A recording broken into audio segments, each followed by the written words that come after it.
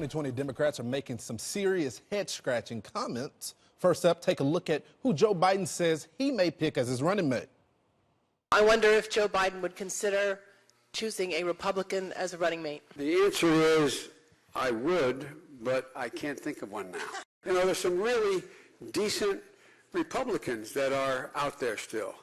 But here's the problem right now of the well-known ones. They've got to step up. Oh, boy.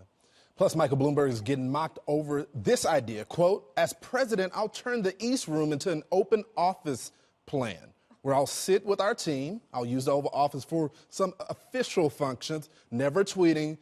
But the rest of the time, I'll be where a leader should be, with the team. Dana, you used to work in the White House. You like this open floor plan? No, so of all the ideas that I have heard during the Democratic primary, of all of them, and I'm talking like the craziest of the crazy, I think this might be the worst of the ideas, the open floor plan. First of all, no one in America, no human, likes an open floor plan. Now, maybe if you work at the company where you have an open floor, no, we have some open floor plans here, but you have to learn to get along with people, okay? And then White House, it's like super tense. Yeah. You need your space to be able to think. The fences make good neighbors, offices make good colleagues. Yeah. And also the East Room is for ceremonies. There's a history to the White House, and we want to preserve that. And you need the Oval Office for the president to think. Yeah. And also to be able to know that this is where decisions are being made, rather than out on the open floor plan. What about you, Marie?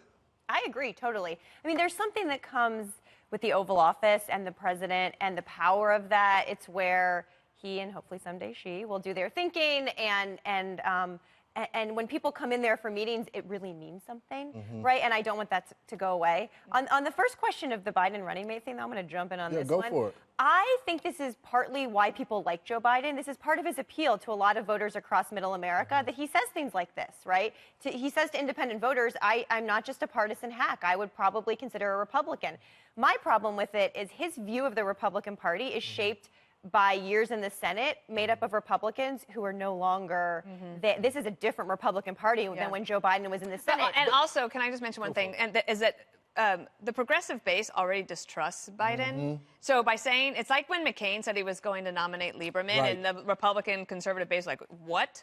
And then they backed off of that. Okay, but the Republican base, he got the nomination, right? Like, and pushing towards that. Yeah. Emily, I take it a little different because I feel like he's kind of pandering. Right, he's trying to still come off as that moderate Joe to show, hey, guys, I'm the one that's going to bring everyone together.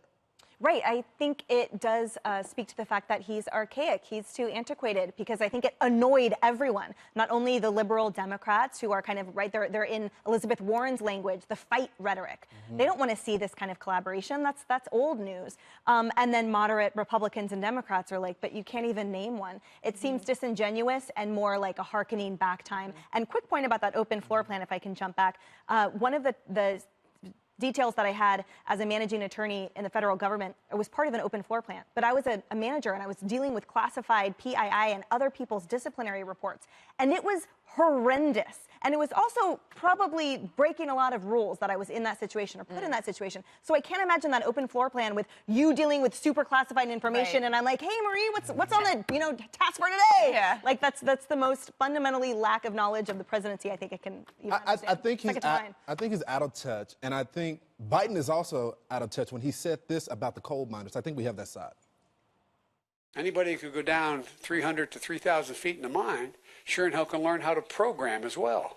Anybody who can throw coal into a furnace can learn how to program, for God's sake. It takes about 15 weeks to learn how to do it. We can do it. Is this, Tom, are they going to win the miners? What is he doing? I mean, this was supposed to be brilliant lunch pail Joe. They don't want to learn how to code. They want to work in these are coal miners. Some guy who's like 58 years old, he's been working his whole life. He's looking forward to retirement. He's saying, oh, yeah, learn how to code. You can go work at Google Plus or whatever. It's ridiculous. He should stop doing these open floor plan meetings where he takes questions. Every time somebody asks him a question, he gets in trouble. But I do think, though, no politician, at least in the Democratic Party, has fully figured out how to talk to people and voters about the changing economy. Yep. Our economy is changing. True. People do need to be trained for new jobs in different ways. Part of that is our education system also. But it's really hard to figure out how to say that without sounding with the coding, like you're though. just telling people to I go mean, code, yeah, right? Which is coding. Everyone But knows. Dana, don't- Learn to code is an insult.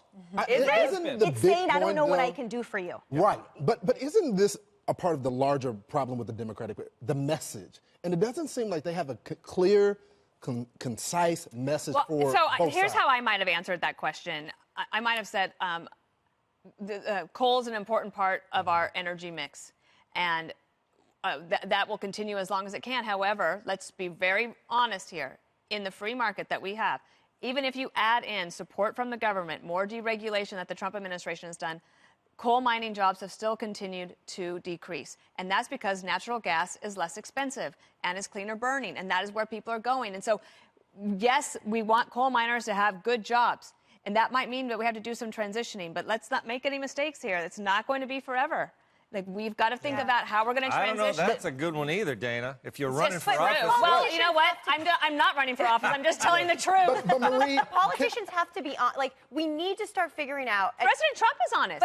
But he promises things that aren't. He says to the coal miners, all of your jobs are coming back. And to your point, Dana, they're not coming back for a bunch of reasons. Not just natural gas, wind, solar, clean energy is increasingly much more economical and more profitable for companies. So people need to figure out how to be honest about the changing economy without promising a bunch of things that are, quite frankly, I think lies. the president would also say that his message is also being energy independent. And Yeah, so and he we wants are. all energy, and we are. No, we are much more energy independent after 4 years.